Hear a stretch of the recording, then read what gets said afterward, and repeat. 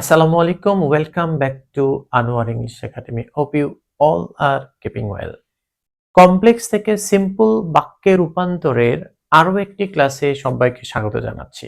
আজকের এই ক্লাসে আমি কথা বলবো কিভাবে সিন্স অ্যাজ যুক্ত একটা কমপ্লেক্স সেন্টেন্সকে সিম্পল সেন্টেন্সে রূপান্তর করতে হয়। এটি নবম, দশম, একাদশ, দ্বাদশ শ্রেণীর সিলেবাসে অন্তর্ভুক্ত রয়েছে। তাই যারা নবম, দশম, একাদশ এবং দ্বাদশ শ্রেণীতে পড়াশোনা করছো তাদের জন্য ক্লাসটি অত্যন্ত গুরুত্বপূর্ণ। So let's start our today's lesson. Dear learners, তোমরা দেখতে পাচ্ছ এখানে আমি দুইটা বাক্য লিখেছি এবং এই দুইটা বাক্যের প্রথমটি হচ্ছে since the man worked hard he prospered in life. এই যে ক্লোজটি তোমরা দেখতে পাচ্ছ এটা শুরু হয়েছে সিন্স দিয়ে এবং এই ক্লোজকে ইংরেজিতে বলা হয় সাবঅর্ডিনেট ক্লোজ এবং সাবঅর্ডিনেট ক্লোজের বিপরীতে যে ক্লোজটা থাকে এটি হচ্ছে প্রিন্সিপাল ক্লোজ। তাহলে এটি মূলত একটা কমপ্লেক্স সেন্টেন্স। তো এরকম সিন্স অ্যাজ যুক্ত কমপ্লেক্স সেন্টেন্সকে কিভাবে সিম্পল করতে হয় এটি আজকে দেখাবো। তো শুরুতেই since the man worked hard এটি রয়েছে, এটি একটা সাবঅর্ডিনেট ক্লোজ, আর হি প্রসপার্ড ইন লাইফ এটি হচ্ছে প্রিন্সিপাল ক্লোজ। যেহেতু লোকটি কঠোর পরিশ্রম করেছিল সে জীবনে উন্নতি করেছিল।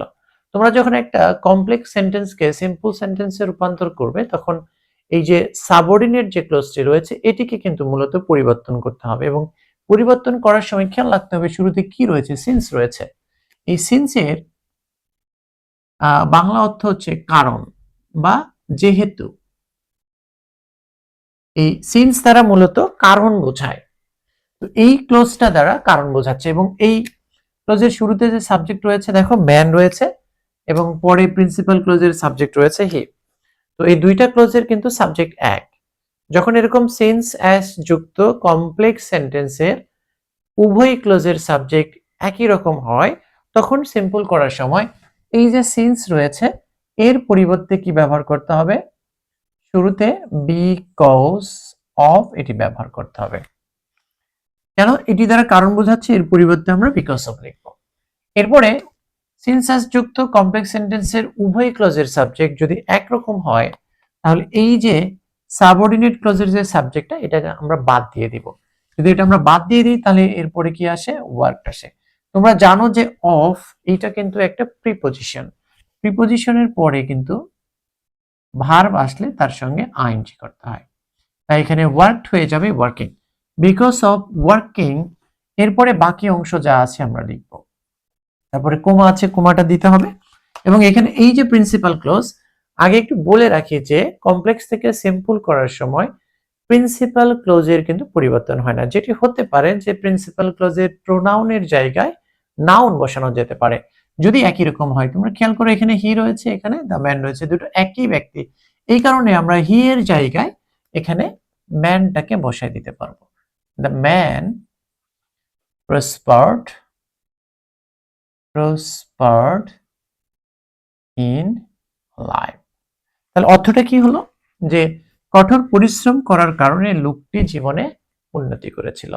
তাহলে আশা করছি তোমরা বুঝতে পেরেছো যে এই যে সিন্স অ্যাজ থাকলে আমরা সিম্পল করার সময় এর পরিবর্তে বিকজ অফ, দুইটা ক্লজের সাবজেক্ট যদি একই রকম হয় তাহলে আমরা বাদ দিব, দিয়ে পরের যে ভার্বটা থাকবে সেই ভার্বের সঙ্গে আইএনজি করব, বাকি অংশ লিখবো এবং প্রিন্সিপাল ক্লজ এর কোনো পরিবর্তন আমরা করব না। যদি করতেই হয় তাহলে এই প্রোনাউনের জায়গায় আমরা নাউনটা ব্যবহার করতে পারবো যদি একই রকম সাবজেক্ট হয়। এবার তাহলে চলো পরের যে কোশ্চেনটা রয়েছে সেটিতে যাই। পরের কোশ্চেন তোমরা দেখতে পাচ্ছ যে as the sun had said we returned home. তো সিন্স অ্যাজ যুক্ত কমপ্লেক্স সেন্টেন্সের উভয় ক্লজের সাবজেক্ট কখনো এক হতে পারে আবার কখনো ভিন্ন হতে পারে। যদি ভিন্ন হয়, খেয়াল করো, যদি ভিন্ন হয় তাহলে কি করবে? ভিন্ন হলে যেটা করতে হবে, এটার একাধিক নিয়ম রয়েছে। ভিন্ন যদি হয় তাহলে আমরা এই যে সাবঅর্ডিনেট ক্লজটা রয়েছে as the sun had said, এই ক্লজের যেহেতু এখানে রয়েছে সাবজেক্ট দ্য সান আর এখানে রয়েছে উই, ভিন্ন ভিন্ন হলে তোমরা যেটা করবে এই সাবঅর্ডিনেট ক্লজের প্রথমেই সাবজেক্টটা লিখবে দি সান। এরপরে যে ভার্বটা থাকবে এই ভার্ব যদি বি হয় তাহলে বিং হবে। যদি have verb that is have, has, had এগুলো থাকে তাহলে কি করতে হবে, হ্যাভিং করতে হবে। এখানে হ্যাড ভার্ব আছে এই জন্য আমরা এখানে হ্যাভিং করব। দ্য সান হ্যাভিং, আর এরপরে যা আছে সব ঠিক থাকবে। দ্য সান হ্যাভিং সেড, একটু আগেই বলেছি যে প্রিন্সিপাল ক্লোজ এর কোনো পরিবর্তন করা যাবে না, এখানে প্রিন্সিপাল ক্লোজ যা রয়েছে তাই হবে। We returned home. অর্থটা কি দাঁড়ালো?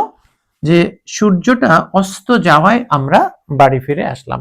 আর কমপ্লেক্সনটা কি ছিল? যে যেহেতু সূর্য অস্ত গিয়েছিল আমরা বাড়ি ফিরে এসেছিলাম।